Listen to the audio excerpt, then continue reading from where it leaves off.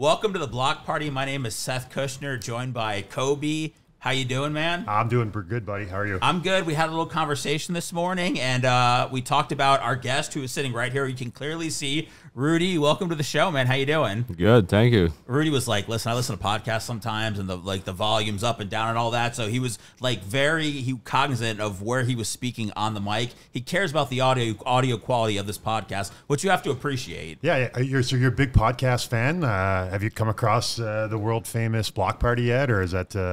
I've actually had no idea what this podcast was called. Well, so. that's not a total shock. How dare you? Yeah. No, but I know put it in now. the queue now. You know? Yeah, no, I like listening to podcasts when I drive in a car or whatever. So What do you listen to? Like the murder mystery stuff, or you listen to sport? Murder mystery? No. What is it? The solving the crimes. That's what everybody's into. The crime podcast where people solve murders, like just podcasters. Okay. Yeah, it happens. I mean, I don't have time for all that. But what are you listening to? no, there's usually Spin Chicklets a couple of times. I listen to some Joe Rogan. Yeah. Pretty interesting couple.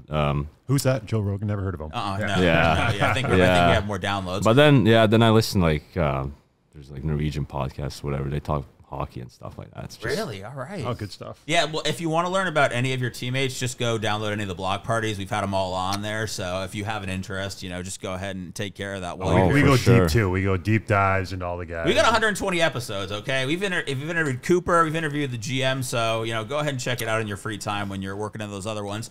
First thing I want to ask you, because you grew up in Latvia, right? Who did you root for, like, when you were watching the NHL back, like, when you were a kid growing up? Like, who were some of your favorite players? Well, obviously, there's a couple Latvian guys, like, Sandis Ozoliņš played in, I remember playing in Colorado for a while. And then, I was actually kind of following Colorado Avalanche for a while when I was younger, and I had a big poster of Joe Sakic on my wall. But then, when you get older, you have, Sidney Crosby, obviously, Ovi out there, so... But I mean, I've never really had like a favorite player. It's just like been watching the games, watching highlights of different players, and yeah, that's pretty much it. So I was like really surprised. I went to the World Championships with Team Canada one year. It was in Minsk, Belarus, and Team Latvia was there, and I was shocked. I was floored how many Latvian hockey fans, and how crazy they were. They show up and the whole arena just feels like it's just going to explode. What are they like soccer fans? They got drums. They got flares. It was wild. I had no idea that Latvia was hockey crazy. Yeah, no, I played 3 Worlds now. First one was in Denmark. I mean, it was the first game we got out there, and it was just crazy. I was 19, 20, first time playing national team, and you get out right before the game and you hear them just sing. They're singing I don't know, just random stuff, and they're so loud.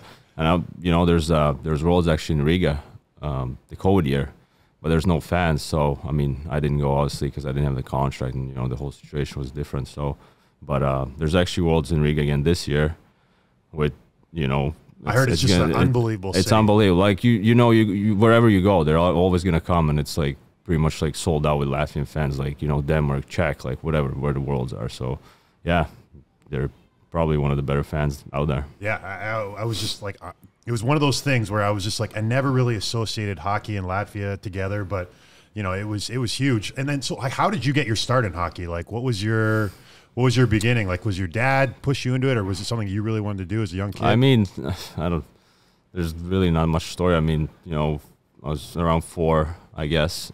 None of my family played, but hockey is pretty much the only thing in Latvia to do.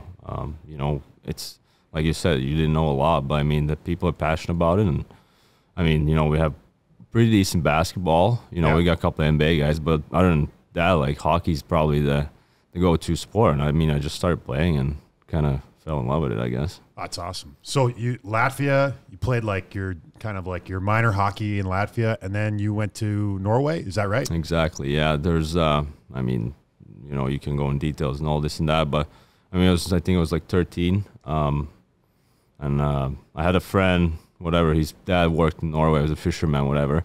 And he kind of, no, this is the story. So he kind of contacted, a couple of teams in Norway, and there's a big tournament in Riga. Yeah. It's called Riga Cup. Teams from all over the world come and play, and it's you're 14, whatever.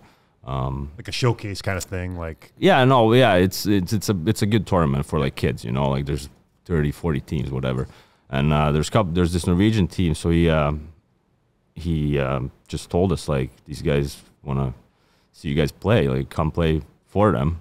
So it's funny, like we played in Latvia, but we played for a Norwegian team, me and my buddy, and we played that tournament. It was unreal. Like I think we went to the finals. I don't know, I can't even remember, probably won or whatever. And after that, they're just like, come visit Norway, see how it is. And then we went down for like a month. I remember we, kind of stayed with the Billet family, and it was unreal. I mean, I was 14 at that time, young kid, don't really understand much, and and then they're just like, come play with us. We'll set everything up. And so your career was kind of on its way there. That kind of like launched your career. Yeah, like you're 14. That's kind of like a crucial age, I feel like, in hockey. Is it? Man, that's young. Too. Yeah, you start like taking steps. It starts getting real. It's like the hockey gets way more competitive. It starts getting more serious, and you kind of start like almost like honing in. Like, when 14, it's like you start saying like, I can't play as many sports as I was playing before, and you start thinking about hockey more. I'm sure that was the same to you, right? Was NHL like in your head when you were that young? Is that something you were thinking about? I mean, probably every kid would say that that's the dream, obviously. But I was playing in Latvia, and then moving to Norway, it's not a big difference. Kids would move to like Sweden, move over to North America, whatever. I kind of just moved to Norway because, my family at the time, we were looking for a better living and all this and that. And I mean, a couple of years went by and I was actually playing pretty good. And then I was obviously, the NHL kind of was like, maybe, so. Yeah.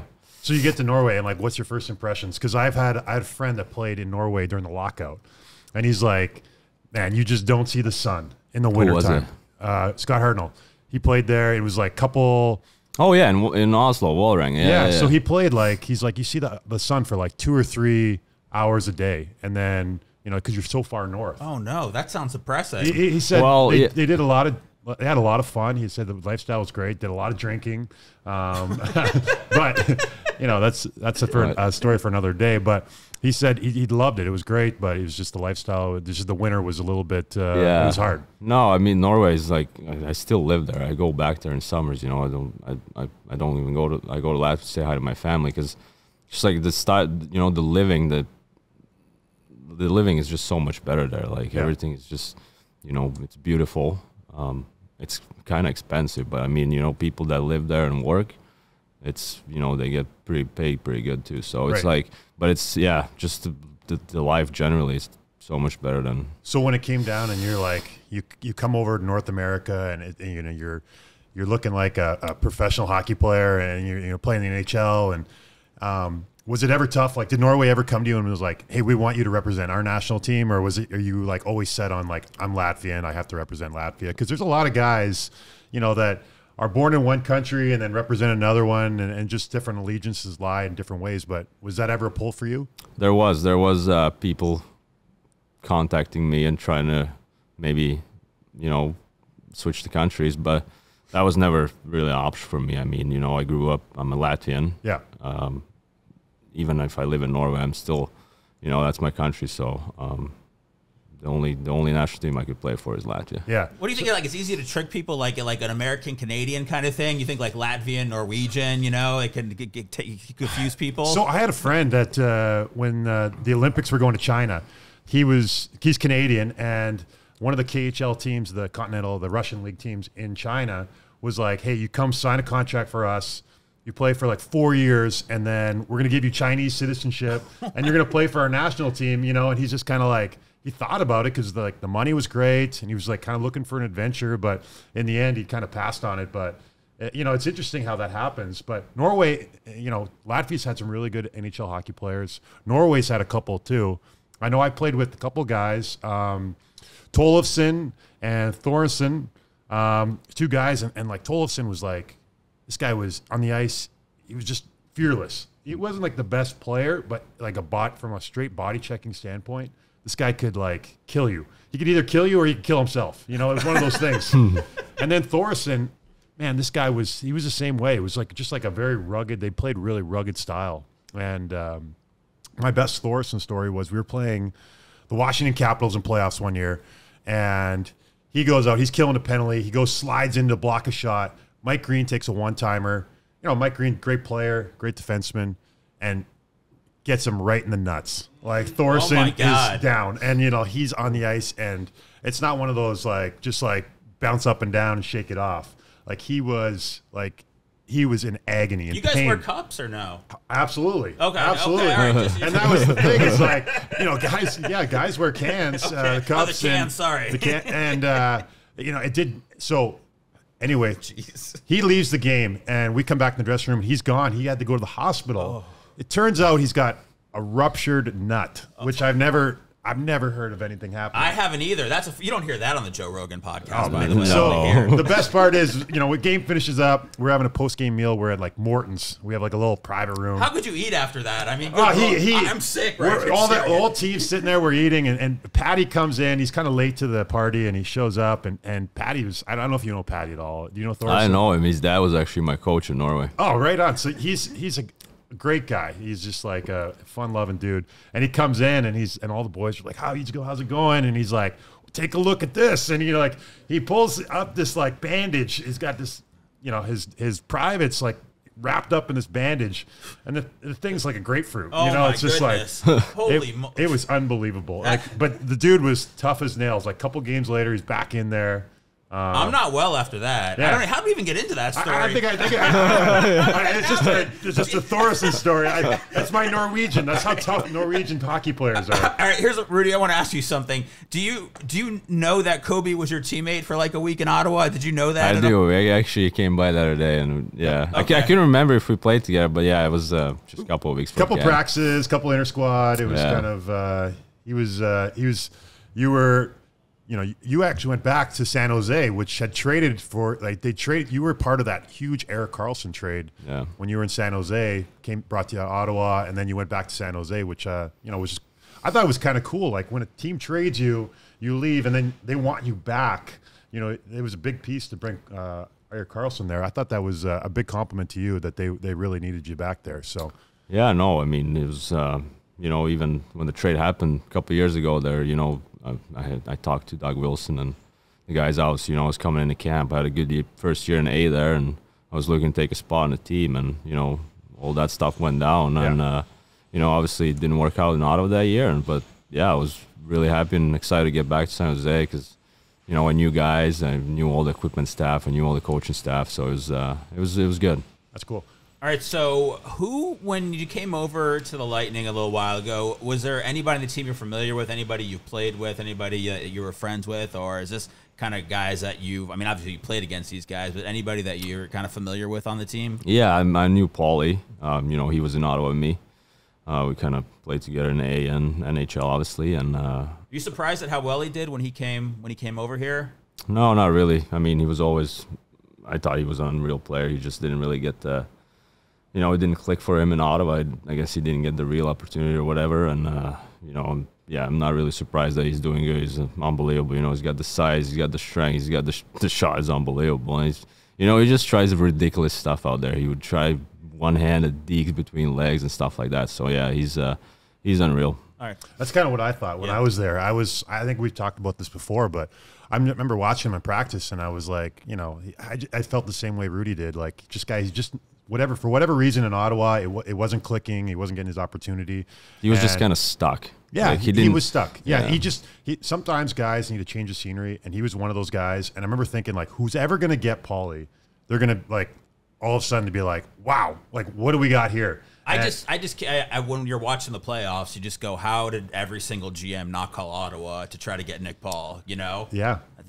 He's been fantastic. You know, he really has. Absolutely. Yeah. Go ahead. So something that I wanted to ask you, kind of coming over from Florida in the middle of the season, what's the mental aspect of that like, as far as like, oh, you're on waivers. Do you worry about, hey, am I going to get picked up? Or does your agent say, hey, you know, everything's going to be cool, there's teams interested? What's that process like for you? I mean, there's, you know, a lot going on. Obviously not the first time, so you kind of know what to expect. You know, it's just the whole situation was kind of crappy the way it, you know, turned out. But, yeah, I mean, you talk to your agent, you know, he gives you some inside info. Maybe there's a couple of teams, maybe not, and then you just pretty much sit and wait around for 24 hours, which sucks. You don't know what to expect. So it's hard. Like this salary cap era, you know, teams are like right up on the cap, and sometimes tough decisions. Just like, you know, teams. I think teams just are forced into making moves that they necessarily wouldn't want to make. You know, obviously it's Tampa's gain and you know, a great depth piece. But for Lightning fans that don't know you too well, like, what is your game? Like, what do you bring to the table for the Bolts? I mean, you know, I think I'm a good skater. Obviously, I like to play. I like to be responsible defensively, and you know, because you know, ever since I got in the league, you know, coach has always been, you know, you don't want to let in goals. You know, you don't let in goals, you score goals. So, you know, I like to take care of that part of the game, and then obviously, you know, I think I have a pretty good hockey IQ. I understand, I read the game, and you know, I can shoot, I can score, I can make plays. So, yeah. Pretty much overall player, you know, all over the ice. So, I mean, you know, there's always stuff to work on to get better, but yeah. You know, my impression of you when I played with you in Ottawa and just practicing against you is like, man, you're just one of those guys that was like hard to play against. You know, like you're kind of like pesky. Pesky. I think that's the best word, Seth. Pesky, like always there, kind of like, you know, just taking time and space away. Like didn't like kind of just like, you know, just I don't know. It's just hard to play against and like annoying to play against, which is like a compliment to you. Thank you. Yeah. There we go. Yeah, has anybody called? Is that good? That is what somebody called. Like Yanni Gord was like that, right? He was more of a pest, but I think you guys would even get into it. Yeah. And he would come at you and be annoying about it. Yeah. So, Rudy, have you? I mean, obviously you talked about going Latvia, Norway, North America. You've played on a few teams in the NHL. Have you been able to get settled anywhere where you're just like, all right, this is my home, I feel good about it, or do you always feel like you're on the move? Yeah, I mean, you know, when I got back to San Jose, obviously that COVID year, and then you know, I signed a 2-year deal with them, which I thought was, there you go, you know, something's going on. So I was actually feeling pretty good there, and then, you know, obviously, you know, the buyout happened and all that.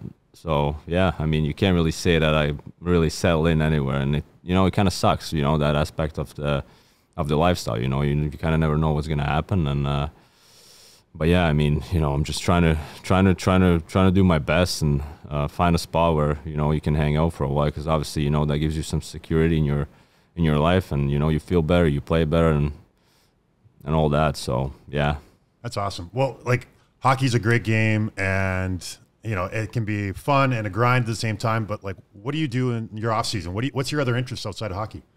I mean, I got into golf. Obviously, I didn't play until the COVID summer. You know, that was the long summer there for 7 months. Probably played every single day. Yeah. And then you just start picking up and you get pretty good. So I do a lot of golf, and I mean, other than that, not much. Just, you know, enjoy the weather in Norway, enjoy the nature, go out for couple of hikes. I like grilling in the summer, but yeah, other than that, just work out, pretty much skate the whole summer too. So that's kind of like the hockey blueprint, you know, work out, hockey, golf. It's kind of like it's like everyone does so the easy, same right? Because thing. the seasons line up really nice, and you know, the good thing is, you know, Tampa's got great golf around here too. So, you know, we want you to get healthy and really focus on the game. But, you know, when you get your time off, there's lots of great golf courses. Oh, I can imagine. I mean, we play a couple of rounds down in Fort Lauderdale.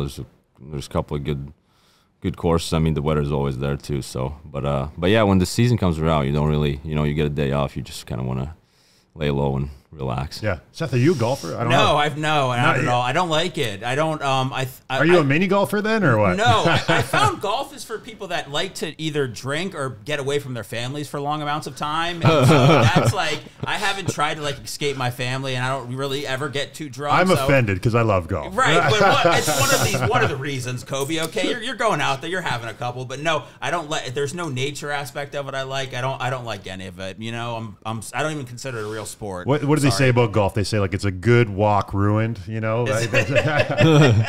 I could see how that could ruin your day. It's frustrating, right? I you know, but it's one of those things, like, Rudy, you can attest to this. It's addicting. Like, golf is addicting. It is, yeah. Especially like once you start and you're like starting to pick it up, and you're like, oh, I'm actually like pretty decent now. You get like immediate feedback all the time. Yeah, either it's you're just like banging your head into the wall, or like it's a great shot, and you're like, I want to do that again. I think there's a lot of guys on the team that golf, right? Stammer and Killer. It's very that's popular. I know guys. The best part is like when we have either a team bonding thing or something going on, a team building, and the team gets together and there's like, hey, let's go golfing, and then you see like the guys that really know how to golf, and then you see like guys that have never played before, like sometimes Russians, and then they go out and worst. At first they're like, I hate this, and then by 18 holes, they're like looking at you like, let's go to the driving range. I want to hit a few more balls. You see that addiction starting to pile up. So it's one of those things. And hockey and golf, for whatever reason, it translates well. I think it's hand-eye coordination and that kind of it's just, the skills it's just similar. like a hockey thing. Yeah. You play hockey, you play golf. By the way, I do want just to get that Rudy did confirm that Russians are horrible at golf. So have you, I have not met a Russian that actually plays golf. So have you gone out with any of the guys? Like, have you taken Kuch or Vazzy or Sergey? Did you ever go out and play with them? No, they haven't. Those guys are like what they like. So whenever we had like something, it was either hey, go golfing or go fishing. It was kind of like other team building umbrella. Those guys always gravitated towards like fishing. They were really big into fishing for a while there. But when I was in Philly, Zaradev, he was a Russian guy. He never played golf in his life, and we were golfing, and he just all of a sudden was like I didn't speak much English, and he was like, I love this, and we were just like shocked, But it was one of those things. It's a great game too. Rudy, do you feel like what's your time been like so far in Tampa Bay, and do you feel like this is a place where you can settle in and thrive and really show off your game and help this team get back to the Stanley Cup final? Yeah, I mean, I really like it here. Even before I came here, there's only good stuff I heard about the city. Obviously the fans are unbelievable. My girl was here. She went to the game and she said that's the best atmosphere she's seen in NHL so far. So yeah, hear that, Florida Panther fans? Okay. yeah. No, but it's unreal. So hopefully, I didn't get a long stint there. Obviously, play only 2 games. But yeah, hopefully get back on ice soon and get it going. How hard is it for you to watch the team? The team's on the road trip right now. You're back here. How are you watching the game? Like, I feel like I could fit in on that line or do that. Or are you just like, I hope these guys win? Yeah, no, it's just at this point, I'm just still kind of trying to get in the group, know the guys. And, I just watch the games. And obviously, you want to wish for the best that they're going to win. But, yeah. It's tough. Like, I remember when I got traded here in 2015, I played 4 games, and then I broke my foot. Oh, man. And it's just kind of a similar thing to you. Like, you play 2 games, you get in, and then all of a sudden you're like, man, I got to get healthy again. It's tough, and you're trying to kind of integrate yourself back in the team. You're trying to learn the systems at the same time, and you feel like you're part of the group. So, we're wishing all the best for you, man. Get healthy quick and get in there and help the boys. Yeah, it's true. I was feeling I was, starting to get in there. Try to understand the guys a little bit, try to get in the systems, and then boom, you're kind of out again. So, but yeah, hopefully it'll turn around quick here. Yeah. Who's the craziest teammate you've ever had? Was he in America, or was it? In what kind of crazy you're talking? Maybe not as crazy as the guy who had the grapefruit incident, in his midsection. But just where you're just like, this guy is out of control. I love it. Like somebody that brought the energy to the locker room, maybe. Craziest guy on ice. I don't know when you were not. Was Christian Jarosz there? No. He's actually, I guess, he's cousins with Cherney. Oh, really? So when I was in Ottawa, we were roommates, and so he's Slovakian. He's Slovakian. He was a mean guy on ice. He would go out there, skate as hard as he could, get off tired, just couldn't breathe, and then go out there again and just go at it. He would smash guys. He would just be hard.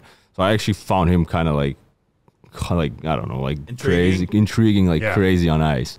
But I don't really know. There's just no regard for themselves, I like that. Yeah. I'm gonna hurt somebody. That sounds like crazy. I think that works. Yeah, that's the kind of guy. He's just intense crazy. Yeah, you gotta have guys who's like that on the Bolts, where it's intense crazy.